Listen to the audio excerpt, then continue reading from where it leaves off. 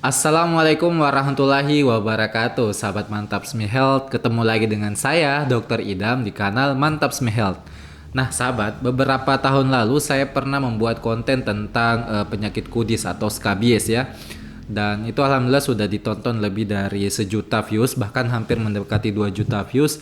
Namun memang ada kendala pada video tersebut di mana suara yang ada pada video tersebut itu kurang bagus atau ada beberapa bagian yang hilang suaranya. Nah, pada kesempatan kali ini saya akan kembali mengenalkan tentang penyakit skabies ini kepada Anda, tentu dengan update-update terkini tentang penyakit skabies. Silahkan dinikmati ya.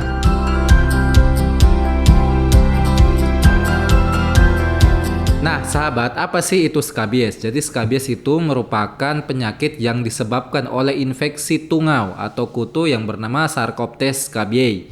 Nah, skabies ini memang ditularkan melalui kontak fisik, baik dari orang yang punya atau menderita skabies ataupun benda-benda yang memiliki atau ditunggangi oleh tungau Sarcoptes scabiei ini. Jadi skabies ini memang bisa menular melalui pakaian, selimut, kasur, atau bahan-bahan berserat lainnya.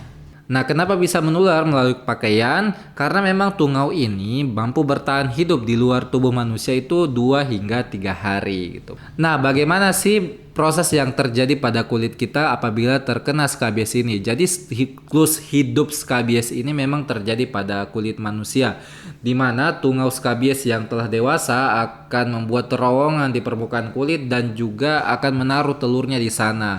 Nah, telur tersebut akan menetas menjadi larva dan larvanya akan bergerak ke permukaan kulit. Nah, kemudian di permukaan kulit ini larva akan berubah menjadi nimfa terus menjadi kutu dewasa. Nah, masa hidup tungau dewasa ini berkisar 4 sampai 5 minggu sebelum dia akhirnya mati dan kemudian akan berlanjut ke siklus hidup berikutnya gitu. Dan rasa gatal yang dialami oleh penderita skabies ini berasal dari reaksi alergi terhadap antigen dari tungau. Jadi tungau atau kuman skabies ini, kutu skabies ya, itu mengeluarkan antigen yang kemudian akan direspon berlebihan terhadap tubuh sehingga timbullah rasa gatal pada kulit tubuh yang terkena skabies ini. Nah, apa sih tanda dan gejala skabies ini? Ada 3 ya yang utama. Yang pertama adalah rasa gatal yang amat terutama pada malam hari. Hal ini memang disebabkan karena aktivitas tungau atau kutu tersebut lebih banyak atau lebih dominan terjadi pada malam hari. Tanda kedua yaitu terdapat papul ya atau bintik-bintik kemerahan pada kulit yang berbentuk itu seperti terowongan ya, lesi terowongan sekitar 1 sampai 2 mm saja panjangnya.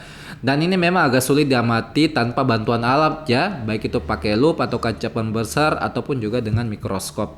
Nah, kemudian yang ketiga untuk remaja atau dewasa itu papul-papul khas skabies itu banyak ditemukan di area kontak seperti ruas jari, tangan, pergelangan tangan, lipat paha, bahkan di sekitar alat kelaminnya. Sementara pada anak-anak itu cenderung lebih bebas ya atau bisa terjadi pada seluruh bagian tubuhnya termasuk di bagian kepala.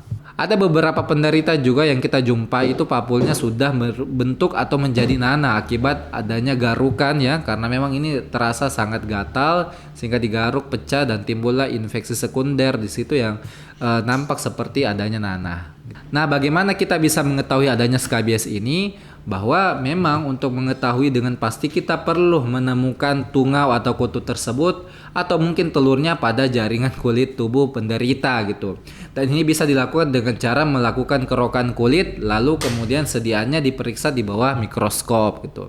Nah, kalau misalnya kerokan kulit ini sulit dilakukan karena memang sedikit invasif, maka bisa dilakukan dengan melihat langsung menggunakan alat bantu ya seperti lup atau kaca pembesar. Nah, tindakan pemeriksaan dengan menggunakan lup atau kaca pembesar ini dikatakan lebih mudah, kurang invasif dan juga cukup akurat untuk mendiagnosis adanya skabies. Nah, bagaimana terapi farmakologis atau obat-obatan yang dapat digunakan untuk mengatasi skabies ini? Pilihan utama untuk terapi skabies ini adalah menggunakan krim antiparasit yang mengandung bahan permetrin 5%. Nah, ini memang direkomendasikan pada usia lebih dari 2 bulan ya, remaja dan dewasa juga termasuk. Nah, bagaimana cara pakainya? Nah, ini krim antiparasit permethrin ini cukup dioleskan tipis ke seluruh bagian tubuh kecuali wajah dan juga kepala ya. Kemudian didiamkan selama kurang lebih 8 sampai 14 jam.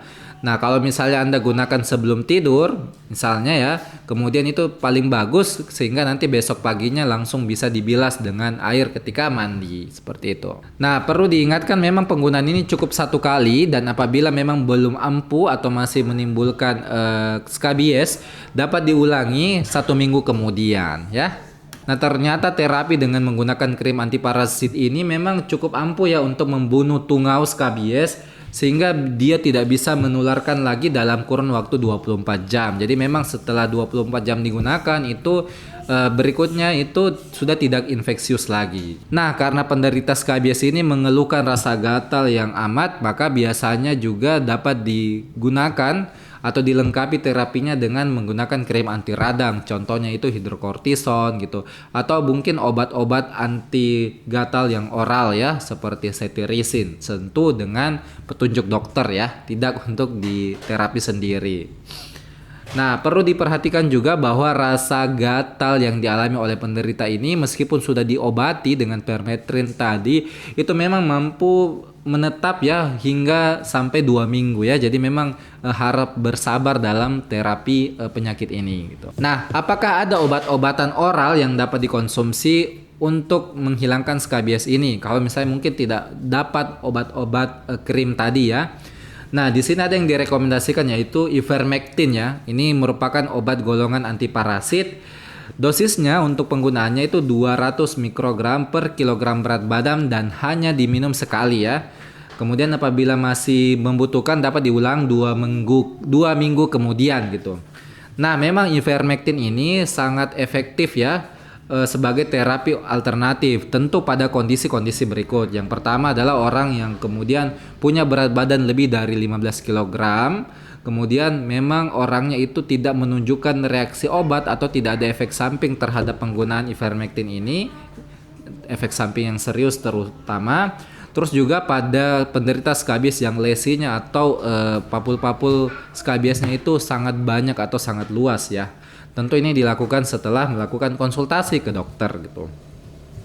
Nah, perlu saya ingatkan dan tekankan di sini bahwa hindari kebiasaan untuk mendiagnosis diri sendiri atau menterapi diri sendiri tanpa konsultasi terlebih dahulu ke dokter. Karena memang untuk bisa mendapatkan hasil yang bagus perlu diagnosis yang akurat dan juga terapi yang tepat yang dilakukan oleh dokter kepercayaan Anda. Nah, ada juga beberapa hal yang perlu diperhatikan pada penderita skabies ini. Nah, tadi karena memang ini sangat menyebar ya, sangat bisa menular ke orang-orang terdekat, maka ketika ada satu orang di rumah terkena skabies, maka terapinya juga harap diberikan kepada orang satu rumah gitu dan dilakukan secara bersamaan. Gunanya adalah supaya memang tungaunya itu bisa tuntas di seluruh tempat-tempat atau di seluruh rumah seperti itu. Kalau misalnya tidak dilakukan, khawatirnya bisa terinfeksi kembali karena ada orang lain atau mungkin tempat-tempat bahan-bahan lain yang masih ada tungau skabiesnya. Ketika kontak lagi dengan penderita, maka bisa timbul kembali gejala atau penyakit skabiesnya ini. Yang kedua, karena ini bisa hinggap di pakaian-pakaian terutama yang berserat, maka pakaian-pakaian Anda, kasur, spray dan lain-lain yang dimiliki oleh penderita skabies ini harap dicuci menggunakan air panas ya dengan suhu kurang lebih di atas 60 derajat Celcius gitu. Setelah dicuci lalu dijemur di terik matahari langsung hingga kering. Kemudian barang-barang yang memang tidak bisa dicuci itu dapat di-wrap atau dibungkus dalam plastik tertutup lalu didiamkan kurang lebih 3 hari ya. Dengan harapan bahwa setelah didiamkan dan ditutup itu tungau-tungau yang ada pada benda-benda tersebut itu bisa mati.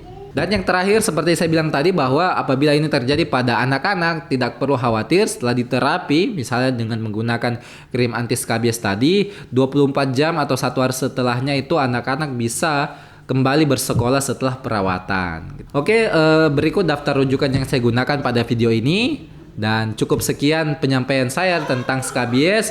Lebih dan kurangnya mohon dimaafkan. Wabillahi taufik wal hidayah. Wassalamualaikum warahmatullahi wabarakatuh. Dan sampai jumpa di video berikutnya. Dadah.